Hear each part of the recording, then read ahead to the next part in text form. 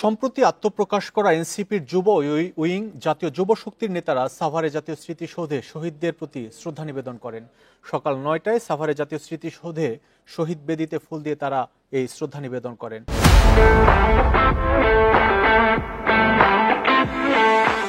জাতীয় যুব শক্তির আহ্বায়ক অ্যাডভোকেট তরিকুল ইসলাম গণমাধ্যমকে জানান, জাতীয় যুব শক্তি অন্যান্য রাজনৈতিক দলের যুব সংগঠনের মতো হবে না।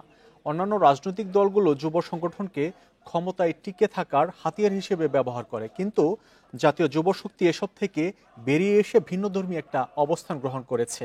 এ সময় তিনি আরো বলেন, যে কোনো ধরনের চাঁদাবাজি, টেন্ডারবাজি সহ সামাজিক অপকর্মের বিরুদ্ধে বলিষ্ঠ অবস্থানে থাকবে জাতীয় যুব শক্তি। এ সময় জাতীয় যুব শক্তির কেন্দ্রীয় নেতারা উপস্থিত ছিলেন।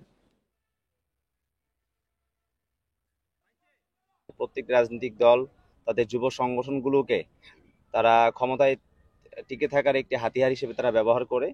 সেই জায়গা থেকে জাতীয় নাগরিক পার্টি এনসিপির অঙ্গ সংগঠন হিসেবে জাতীয় যুব শক্তি সেই জায়গা থেকে অবশ্যই একটি ভিন্নধর্মী একটি অবস্থান তারা গ্রহণ করেছে।